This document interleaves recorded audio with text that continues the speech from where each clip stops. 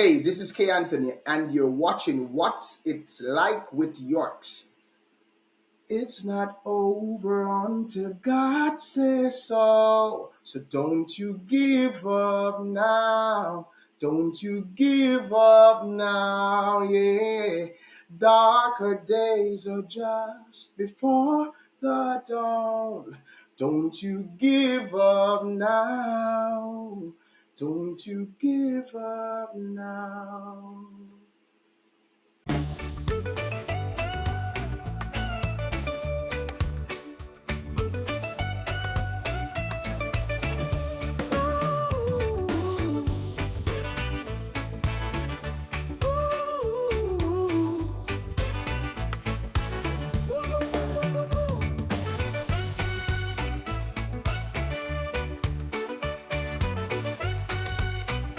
Hi, and welcome to another episode of What's It Like with Yorks. I am your host, Yorks, and I'm very excited today because with me in studio today or on the podcast today is it almost feels like a full circle moment. With me in studio today is K. Anthony. I know him as another name, but we're working with K. Anthony. How are you today, K. Anthony? Hey man, I'm good. How are you doing? I am doing well. I'm super excited, super pumped. Great to have you on studio here. I mean, working with professional artists, you have to go through the steps and speak to, people who work with them. But it was great. You have a wonderful team assembled, and shouts out to your what would you call her? Manager, producer, what would you call her? PR. She was once my PR. manager. Yes. Okay. Cool. So for those of you who don't know, K. Anthony and myself, we went to Northern Caribbean University in Jamaica. He studied music and education, right, K. Anthony? Music and communication, yeah. Communication, that's right. And I studied communication and IT. And actually, one of my first music videos was actually a video that I did for K Anthony years back. I believe it was Everything to Me, right? Yeah. K Anthony? Actually, it was my first music video. It was your first music video as well. Yeah. Okay, great. So that's why I say it feels like a full circle moment because this is just years in the making. So, okay, Anthony, can you tell us about your journey into music and how did you get started? Oh, my journey into music is very interesting. Um, First, I was born in Montego Bay, grew up in Falmouth. Uh huh. Um, grew up in Growing up in Falmouth, I attended Falmouth Seventh Day Adventist Church. I attended Falmouth All Age, uh, where I got a scholarship for William to do track and field. But some weeks out, if my memory is clear, I almost drowned. And so I tell people that was my first encounter with God because throughout my life, it would be my mom who would be praying over me and my brother. But this time I had to pray for myself and experience God for myself. And so, in crying out to God during that moment of death or near death experience, God answered through someone whom I knew, and I never forgot that because I had promised him that if he saved me, I would give him my heart. Now there was a struggle between the Sabbath, as you know, as a Seventh Day Adventist, and not running on the Sabbath, and so me and my mom had this discussion, and she said, you understand the Bible truth, and so you probably need to ask God if you have another gift since you're aware about the Sabbath. I cried, and I remember muttering that, if there's another gift, God need to reveal it. And sometime after, my friend was asked to participate in church, and he wanted to sing a song from the hymnal. And so He was a bit timid, so he asked myself and another friend to sing with him, and Mhm. that was Mhm. where the passion for music came. Between the ages of 11 and 12. Entering high school, I later down I had formed a group, but I just became very passionate about music. I didn't have the intention of studying music, but after I completed high school, I wanted to become an agronomist. And my mom contacted the school, but they weren't accepted at the time. So she said, "Have you ever thought of doing music at least for a year? You could Huh. probably go to Northern Caribbean University." And I accepted to do that instead of repeating high school. And that's how Mhm. I really got into music from an academic standpoint. Um, and later down, when I started singing and I met people like Barry Davis and Andre Milford, Lenoy, who was playing, I became even more fascinated.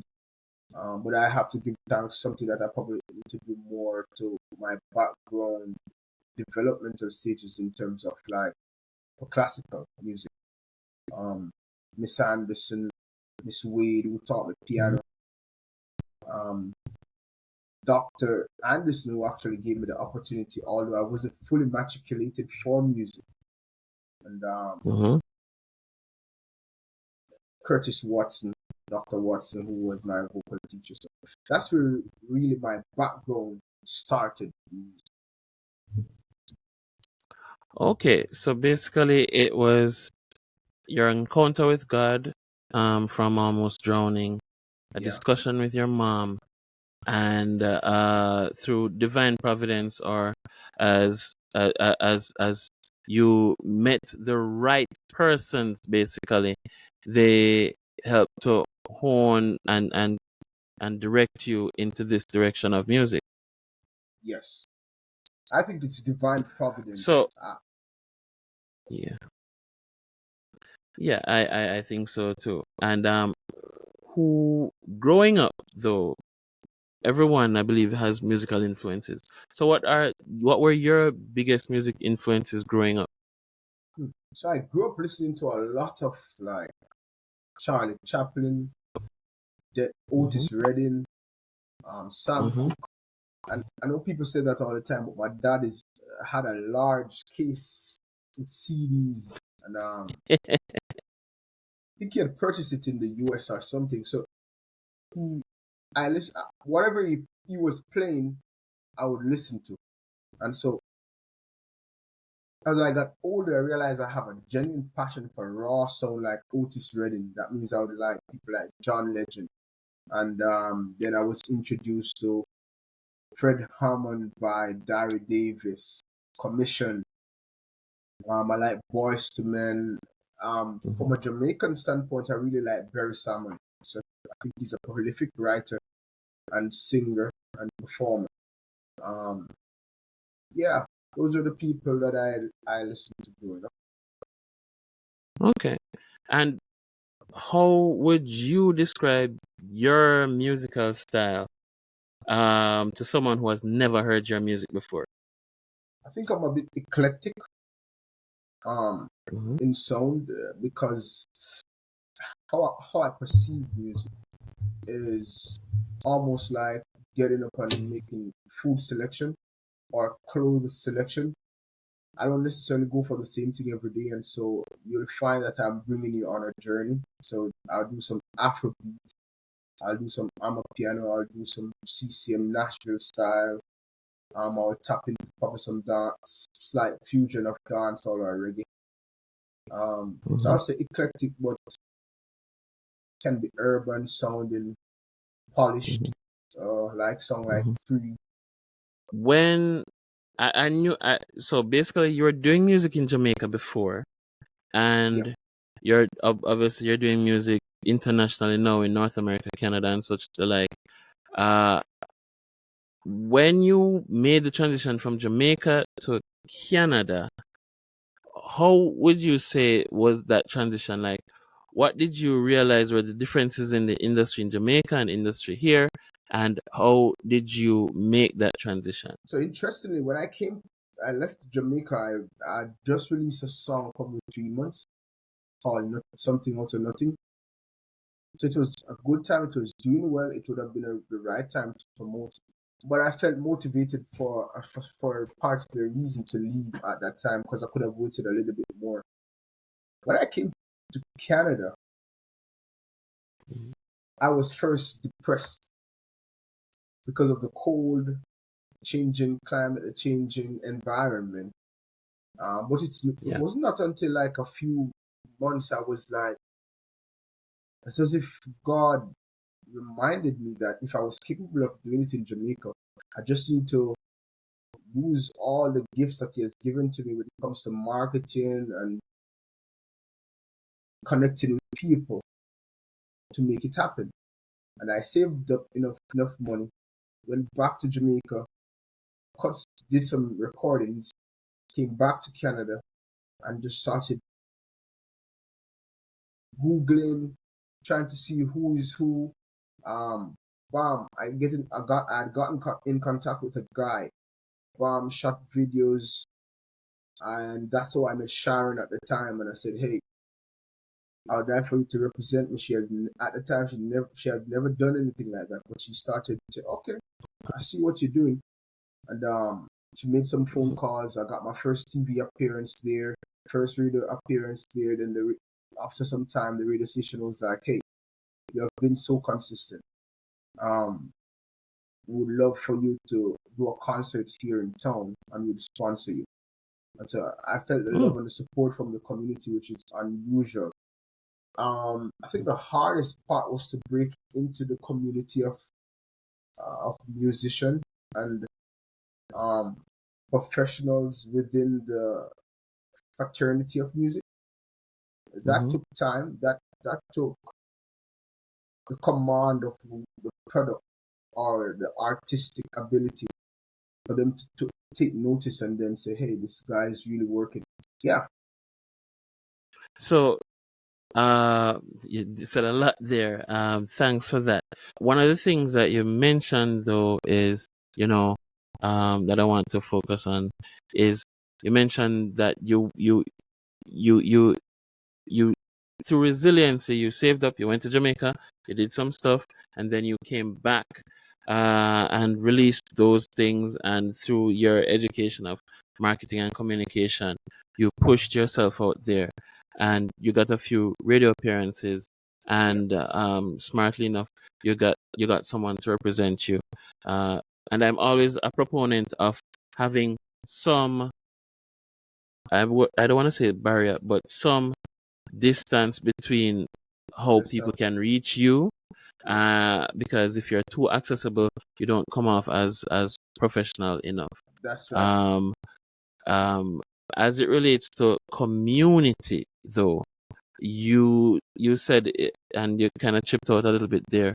You said that it took some time that for you to to, to you were at the radio station consistently, but you took some time to get support from the community. What community was that, Well, or is that? interestingly, what happened for me? There was a song that was being played by the radio station, and I guess they figured that people really liked the song.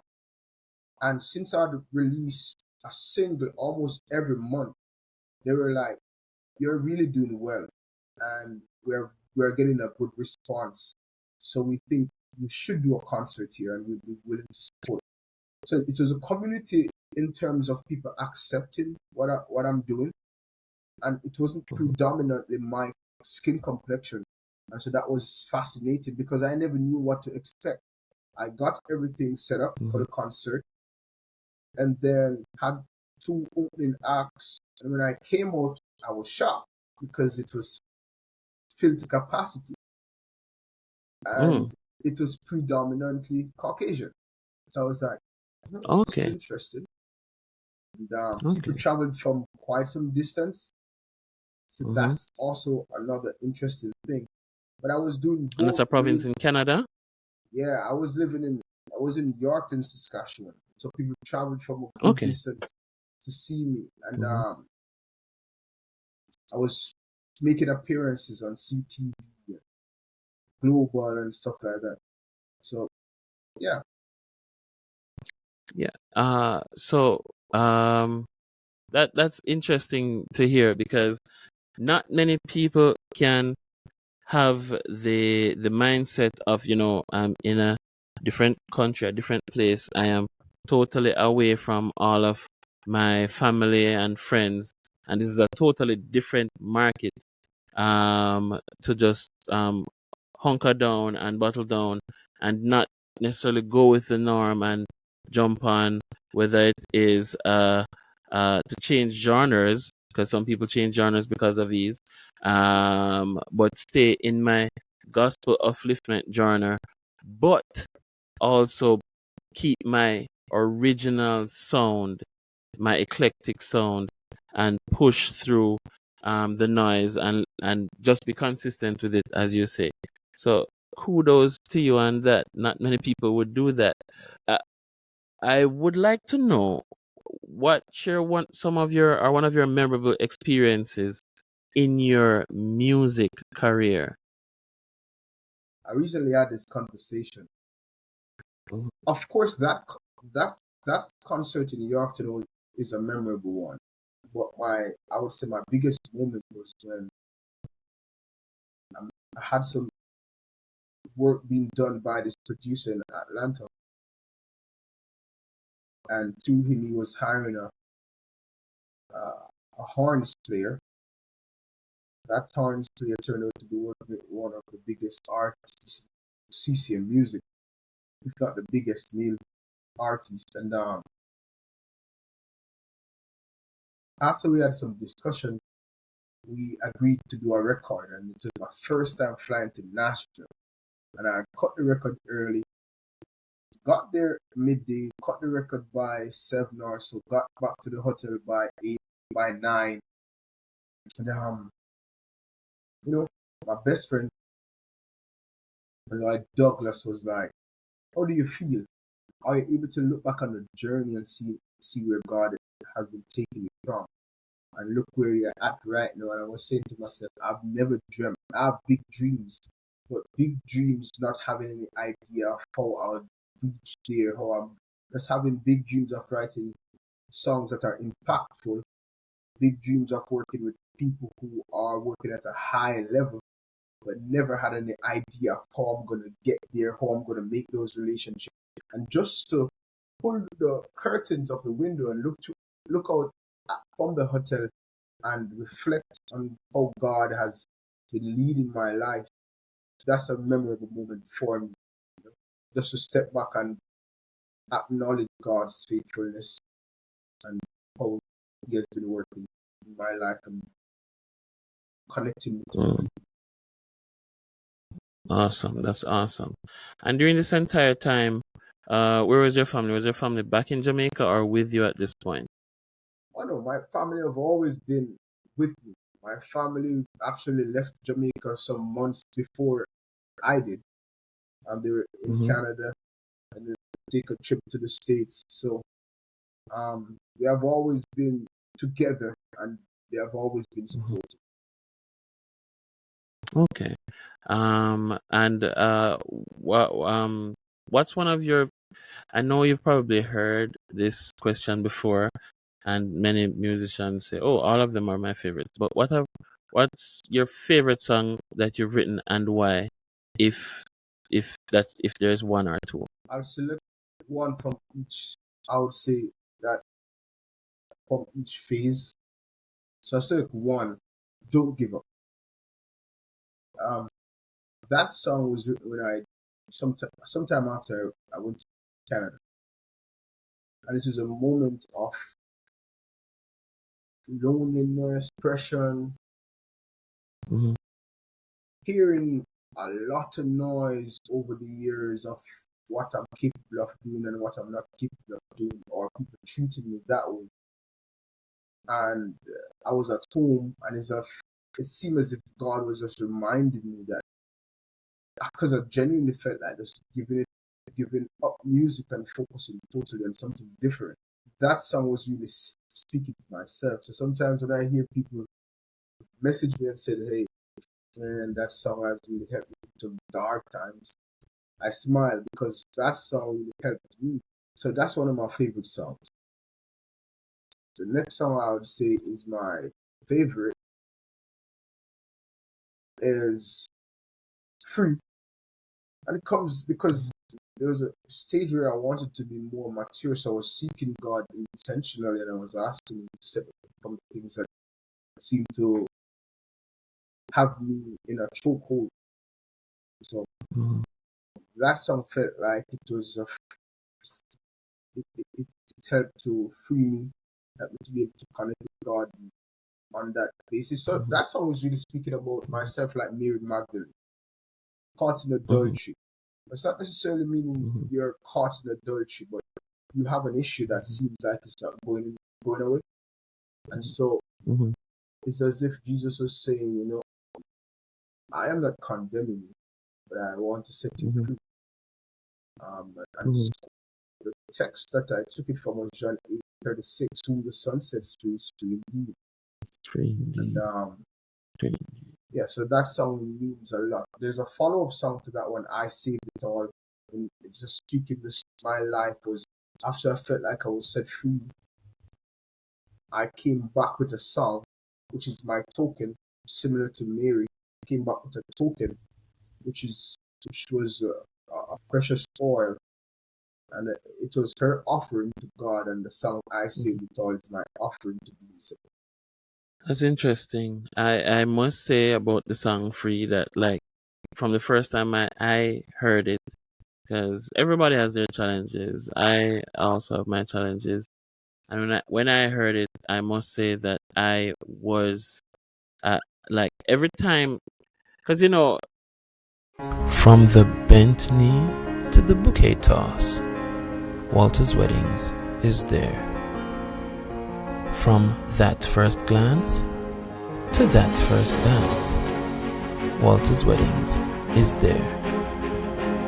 For your special day, in your special way, Walter's Weddings is there. Walter's Weddings, your day, your way. I don't know if whoever's watching this, but there are times when we do things and we look back on it and say, why did I do that? And you start to sink into a hole whereby you start condemning yourself. And as you say, it only takes to speak to God and say, hey, God, I know I did bad and I shouldn't have done what I just did. And you just said, God is saying He's not condemning you. And there are times when I have played that song free, and I really do feel free. And I'm glad that you're able to actually put the the the meaning or the inspiration of that song behind it. Um, can you share um what advice would you give to aspiring musicians? one, I think you need to know if this is what God has called you to, and if and and you're not doing it just because it looks appealing or it gives you some social status. Have to be persevering, and if you're an artist, I'm going to Uh-huh. teach you that how to persevere. You have to be able to block out the noise and the naysayers because you might not be the best singer at this point, or the best Mhm. vocalist, or the best guitarist, or whatever. But it takes practice. You just have to become consistent. Um, be intentional. Make sure you have a good support system. Know that it's a matter of you growing, so you're not necessarily going to get your music at the level that you want immediately. But as you plant those seeds, God is going to make them evolve into a massive tree. And I want to explain that. So, as you build on the little that you have been given, God is going to make much of it gradually. Make sure you have people around you that believe in what God has given to you. Mhm. Just Mhm. be dedicated and work hard. And I generally give them this text that Because the text means a lot to me, because if God has called you to it, He has a plan for you. And if you submit your will to Him, He will execute that. And the plan should be about what is it that God wants to do through you. So it says, Proverbs 3, I think 4 and 5, or 5 and 6. Trust in the Lord with all your heart and lean not to your own understanding, but in all your ways acknowledge Him, and He will direct your path. Trust in God. That word trust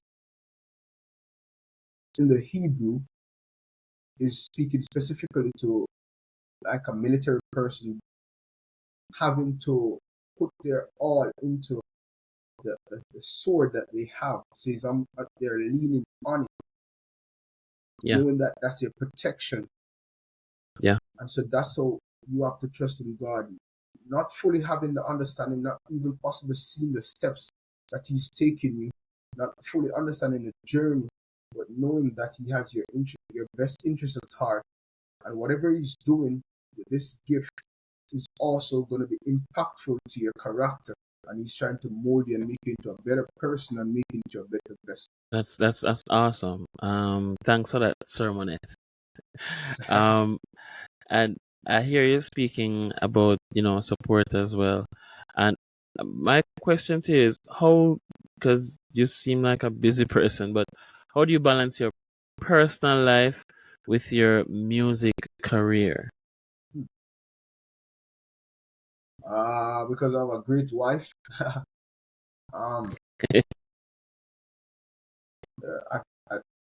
In a few interviews, I tell people that she fully understood what God has called me to more than myself, even before. I was immature.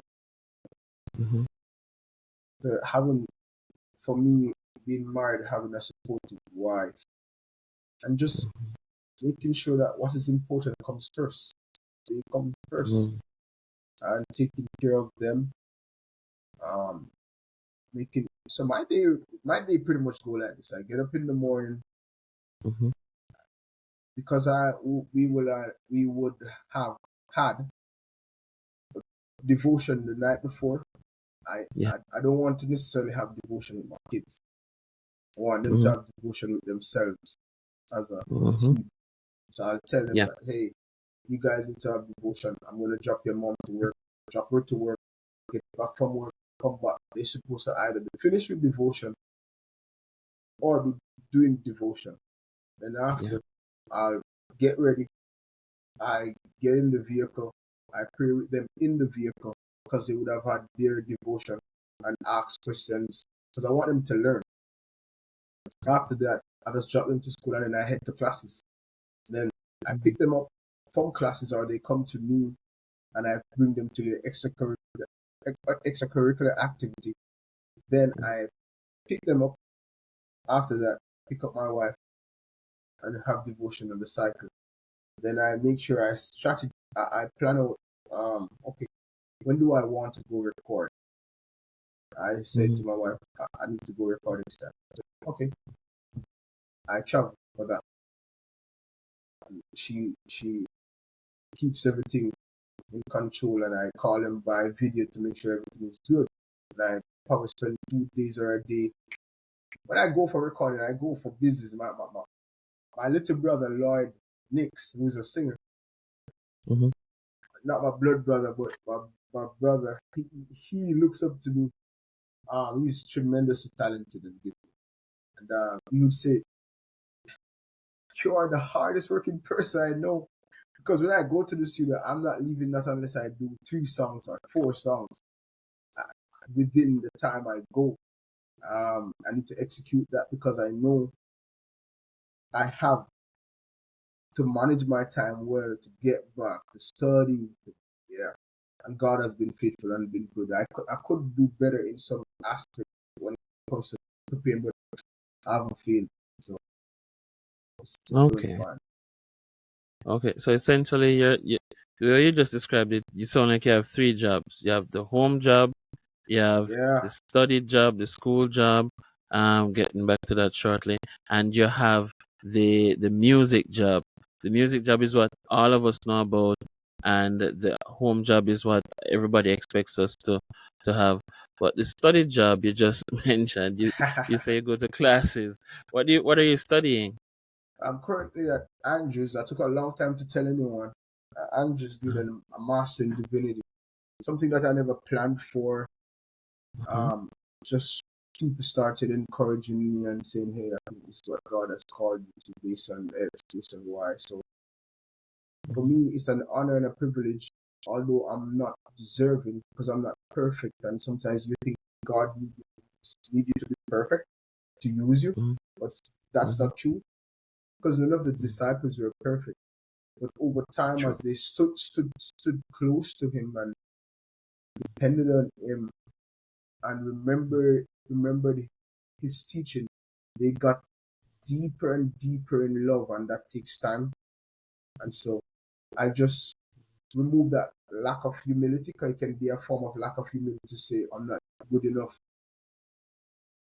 and just say, you know what, if God has a plan for me in this manner, I'm going to submit myself to Him and see what He does best. I that is so great, Dan. Thank you for that. The You mentioned, yeah, about we don't have to be perfect, and you going along this ministry route. It's interesting because even if you look back in the Bible, some of the most notable Bible characters had huge flaws. David, a man after God's own heart, womanizer, similar to Solomon, who was a bigger womanizer than David, but David was essentially a murderer. Noah, I believe he was a wine drinker. Peter was a warhead who cussed.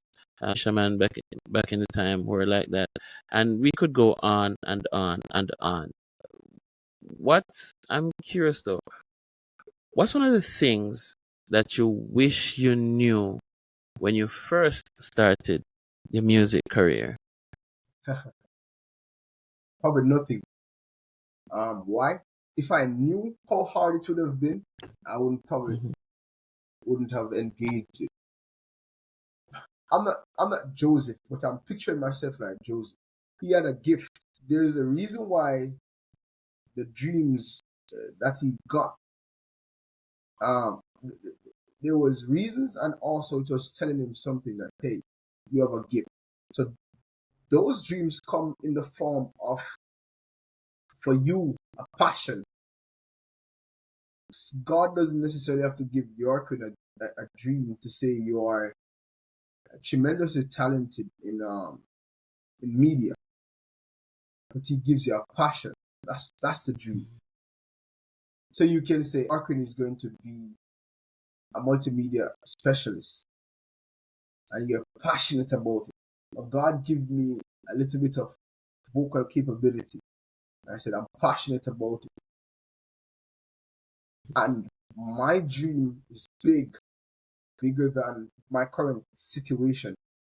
But to propel me into that dream, I have to face certain hurdles and certain obstacles, or I'm going to get comfortable and stay at the same place with that gift. Joseph would have stayed the same place with his father, having on his coat.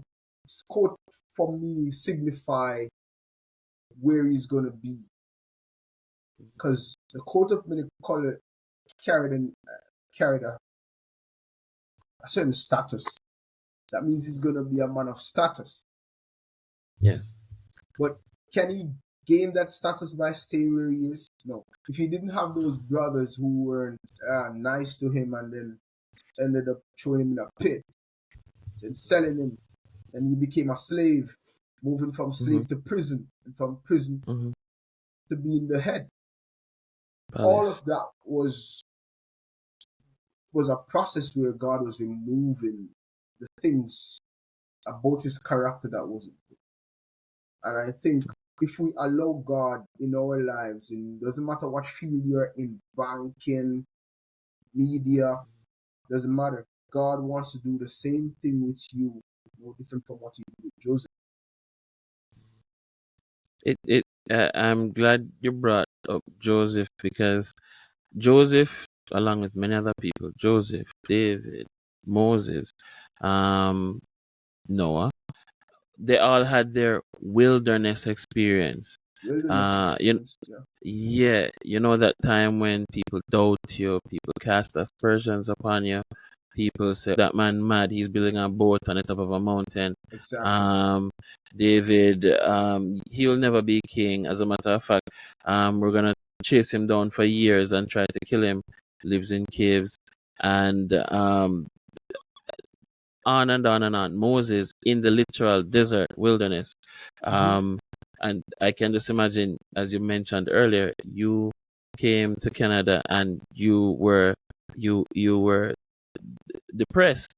Um, it, and now we're seeing you being awarded, with the Junior Award, Juno, Juno, Juno Award, in Canada, and I saw you make a recent announcement. As of the recording right now, it was 2 days ago, but when this releases, it will be probably a few weeks ago.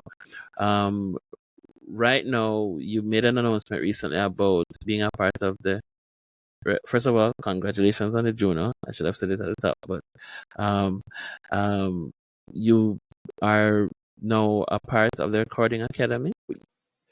Explain to a lot of the listeners who might not know what the recording academy is, and some of the perks that come with being a part of the recording academy. But first, I want to say thanks about the congratulations pertaining to the Juno. The Juno is the Grammys of Canada. People want to, if people don't fully understand, and so it's an honor and a privilege that they would have selected me to be the, the face of Christian music for 2024 in terms of their selection and what they thought about my gift, um, or the gift that God has given to me.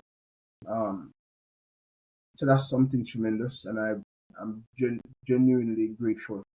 Recording Academy, uh, one, to be a member, persons within the industry who's already a member have to recommend you. One, they have to think that you are fitting. Because some person can be a friend, but people who are serious is going to say, I don't think this person is working at the level, so they can say no. So you can give support when it comes to how writers are treated.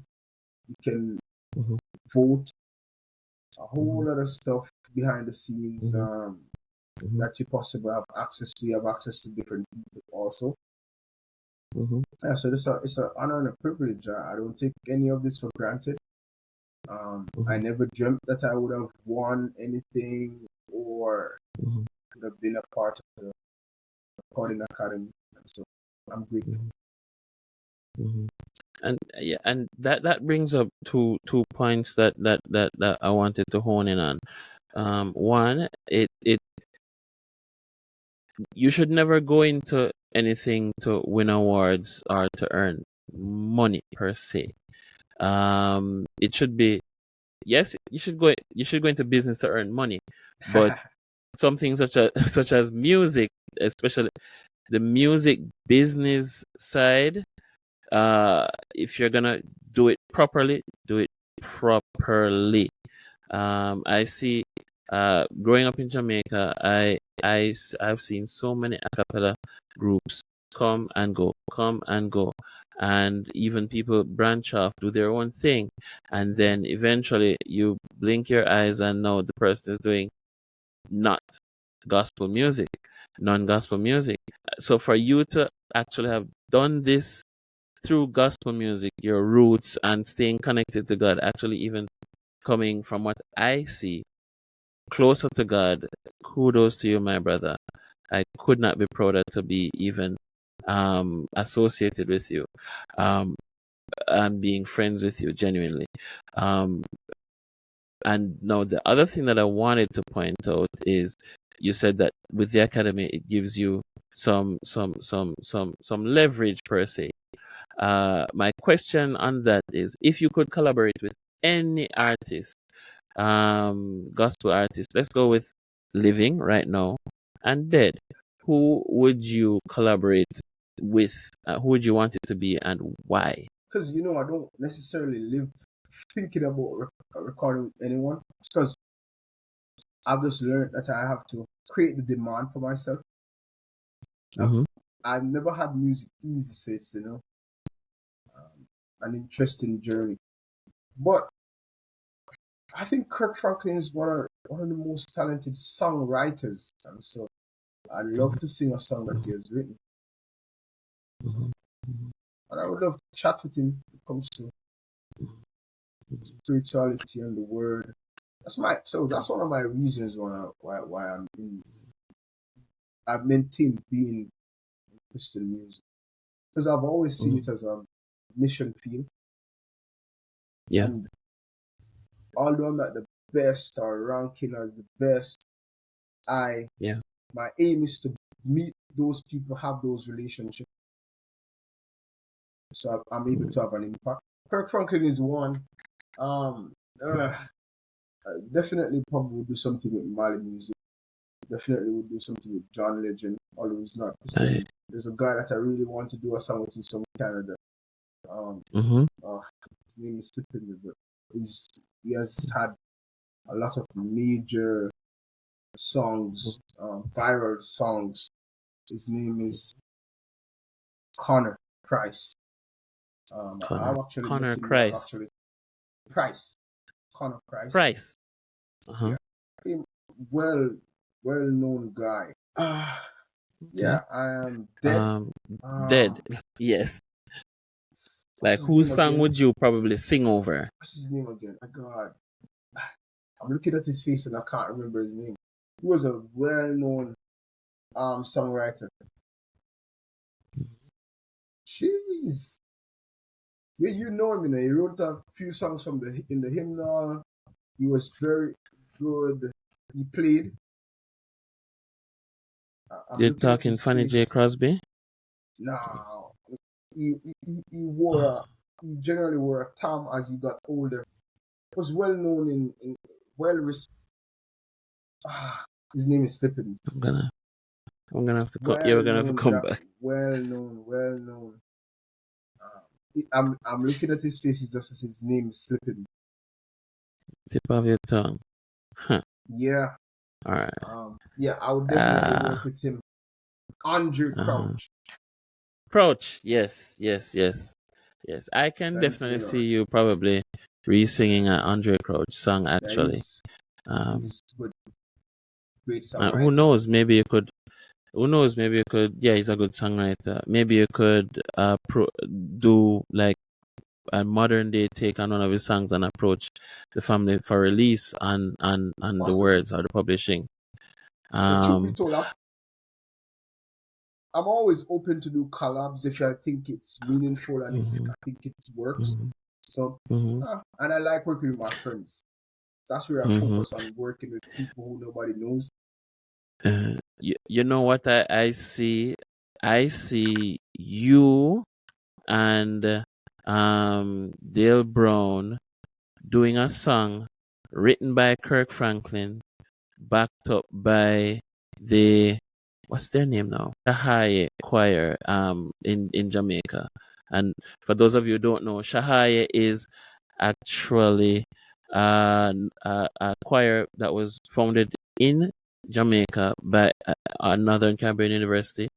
And I think even with the what's his name, Mr. Carl Cunningham as you guys conductor / producer, I think that would be a great collab. You, Seft and Dale Brown, words by Kirk Franklin, with Shahai. Like right now, I actually see it. Like, trust me, bro. I know you, and we're gonna speak about this, but I know you're gonna be on a concert soon with Dale Brown. We'll be talking about that shortly. But maybe you could approach him and say, hey, and also I'm sure Pastor Cunningham is gonna be there as well, because that's Ontario is his is where his ministry is at right now. But I digress. What's your take on the role of social media in promoting music today?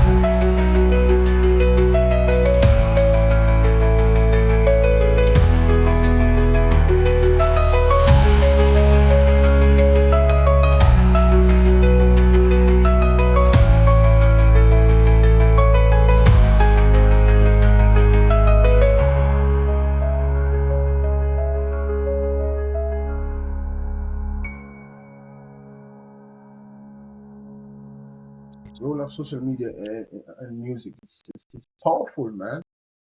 I've had people talk to me from right. So I'm dropping a project right now.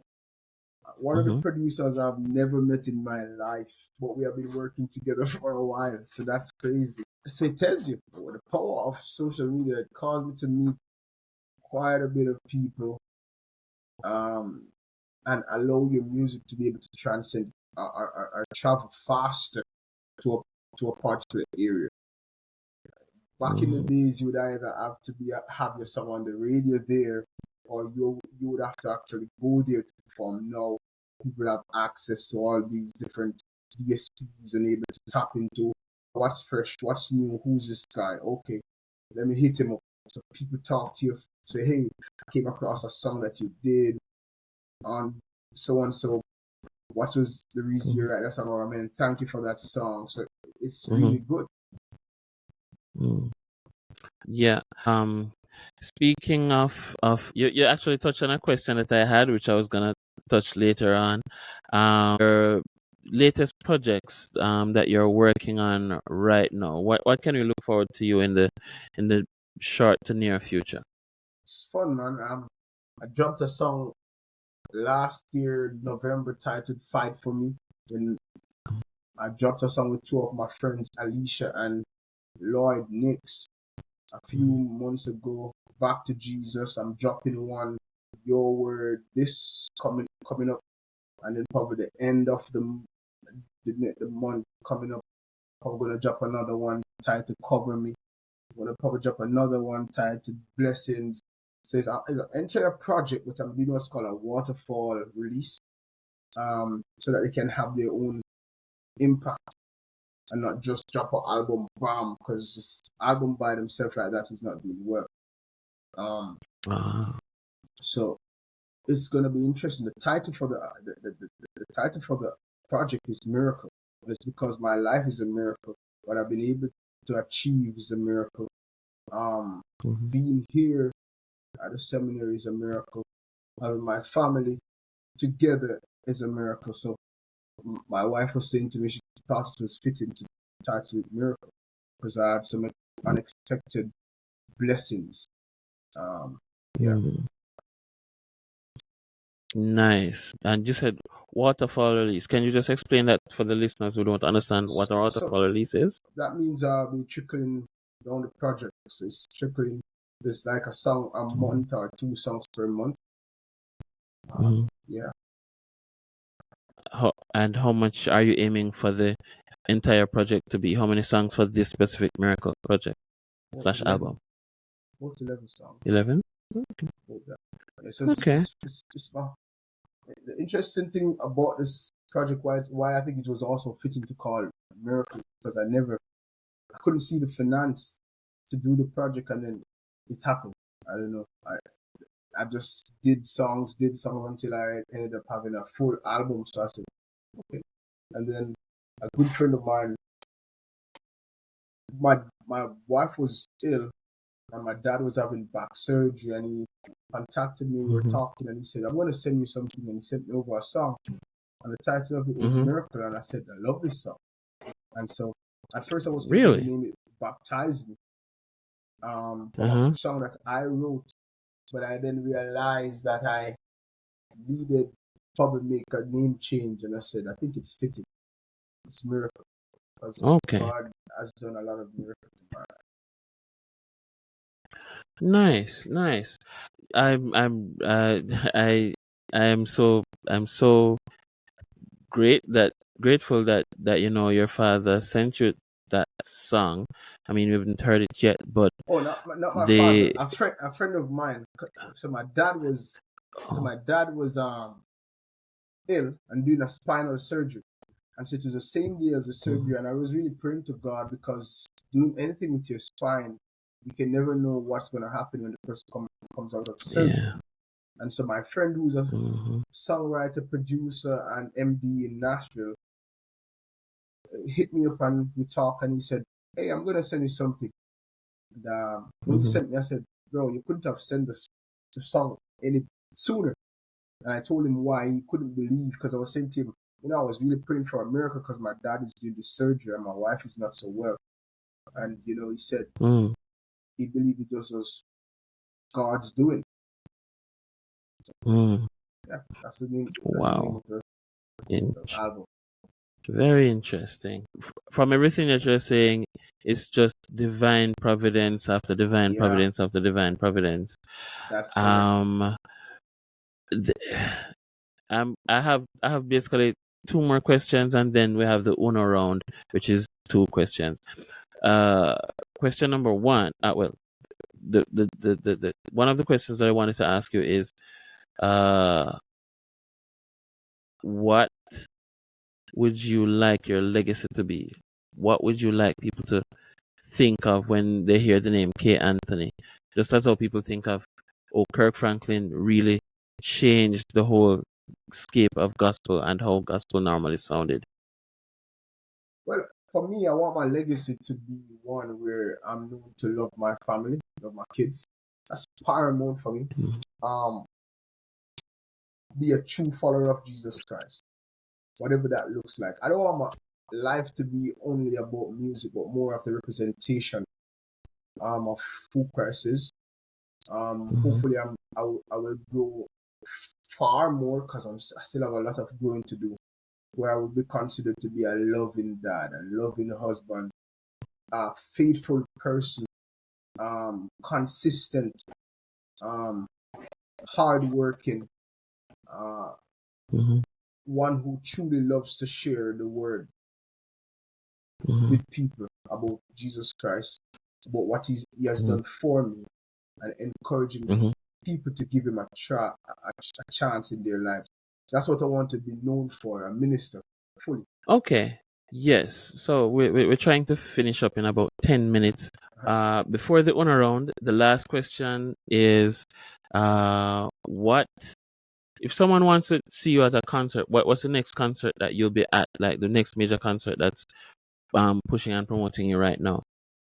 Yeah, so I will be in Toronto, Mm-hmm. July 20 Mm-hmm. at the it's called the title of the concert is the journey, and it's speaking about each of Journey. us journey, and it will be at Mm-hmm. Revival Time Tabernacle, 4340 Okay. Dufferin Street, Toronto. Okay. Myself, Kerry Seal, Great. Renwick, Dale Brown. Nice. It's gonna be a Nice. wonderful time. Um, Nice. yeah, and we'll be Yes. in. I should have some concerts in August. I don't know how those are working out. And I Mm-hmm. will be in September 14. I'll be in Maryland. September Mm-hmm. August I will be in Alberta. So if you want me Mm-hmm. in your city, you can just send an email to visionpr7 at Mm-hmm. gmail.com That's or K Anthony visionpr7 at Management gmail.com. at gmail.com. You guys should be seeing the you guys will be seeing the the the, the tagline at the bottom. pr7 at gmail.com.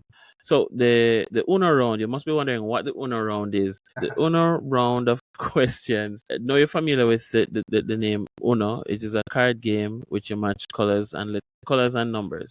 But there are specialty cards in there. There's skip, draw two, draw four, and there's also wild. Because I want to keep you in suspense, so you can choose Mhm. two of the cards. Skip, draw two, draw four, reverse. Sorry, skip, draw two, draw four, reverse or wild. Skip, draw two, reverse, draw four, or wild. Draw four and wild. Yeah, So I should choose one. yeah. You should choose two. Choose two.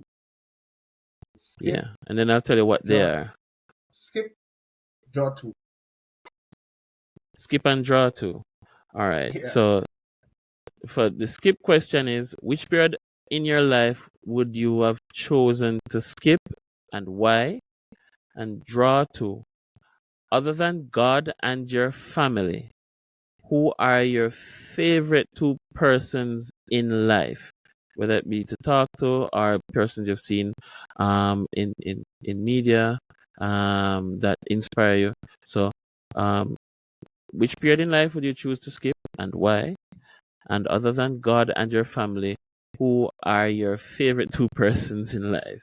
The period I would skip is the part that when I almost was so immature, I almost ruined my marriage. I would skip that part. However, I see the importance Yes. of it in how God has used. Um, Mm-hmm. Persons that I choose. Lloyd Douglas has been someone who I can talk to about pretty much anything, although he still Mm-hmm. believe I'm private. The other My, person? probably my mom, my parents, Yeah, my that still brother. fall under your family, you know. It's in follow. It's that's tight. I don't. That that's why I X out those two because that would be Oh, too it's easy. so yeah, it's too easy. God and your family, yeah. There's a nobody from my family. I have to remember that. Uh, Hmm. You can have friends that are not family, you know. in the Music past, producers, people you've so worked with. so someone who in the past Uh based huh. on where I was, I would say Uh huh. Fennel. He was very Uh huh. supportive. He was very futuristic in Nice. thinking. He saw. Nice. He was one of the first persons to say, "Hey, I see you as a outside of myself." He said, "I see you as an international artist." He said, "It's not going to work for you here in Wow. Jamaica." So every now and Wow. again, I have to call him, have Mm-hmm. conversation, and remind him of what he spoke to So me remember, on. a you said this, sinner. And he said he has never doubted that, not a day. He said it was just a matter of time in his mind, and Wow. I respect him a lot. Yeah. It's funny you say that because first to answer to your first question about the time when you almost ruined your marriage. Not getting into your business, but um there are times in our lives when we really lose our way, and it's like a fork in the road. You can either double down and go down the wrong path. You can either double down and go down the wrong path, or you can really draw up yourself. And I'm Mhm. glad that you were able to draw up yourself and rescue your marriage with the help of God, of course. Also, the thing about Fennel, if I were to guess, that's Omar Fennel, right? Yeah, and I know Fennel. There are times when people put persons in our lives for a season and a time to either point out or to draw out things out of us that we never knew we could achieve. And I'm glad that God put Fennel in your life to do that. Just in case you're wondering, draw four would have been what's the four artist music that you always have in your playlist. Reverse would have been yeah, reverse would have been ask me a question, and wild would have been what's one wild thing or interesting thing that that people who think they know you would be surprised about. Oh, Um, those are interesting. yeah. Thanks. But thank you, K. Anthony. This has been a blast. This was wonderful. Anytime that you want to come on again, whether it is to promote another project or whatever, feel free. I want to thank you and your team for being a part of this full circle moment. And I'm sure with the help of God, we'll see each other again. Is there anything that you'd like to say to persons? For me, is if you have never tried God, just give him a try. If he was able to use me or whatever you perceive my life to be that looks appealing, he Mhm. can do that and more with your life. And I'm not perfect, just like you. I'm a normal human being, and that I've made mistakes. However, I realize that God is capable of using anyone and transforming those mistakes into a message. And allow God to do His work in you. That's the only thing I'll tell anyone. Don't give up on yourself, because God definitely will. Trust Him. And Thank you. something Thank I you. want to say to Mhm. you is Yes. thank you for the first video I've done. I remember I reached out to you and we got that done. That was a big moment for myself, getting my first music video done, and just growing from there. And so I appreciate it for that. I appreciate you acknowledging that. Um, it has always been my dream, K. Anthony, to help persons who have bigger dreams than themselves, and also to to to let the world know that, hey, this person is somebody that you should look out for. And to do this interview right now is truly, it's even emotional for me. So thank you very much, K. Anthony, and I would like to encourage you all out there that we're not all in the same boat, but we're all in the same storm.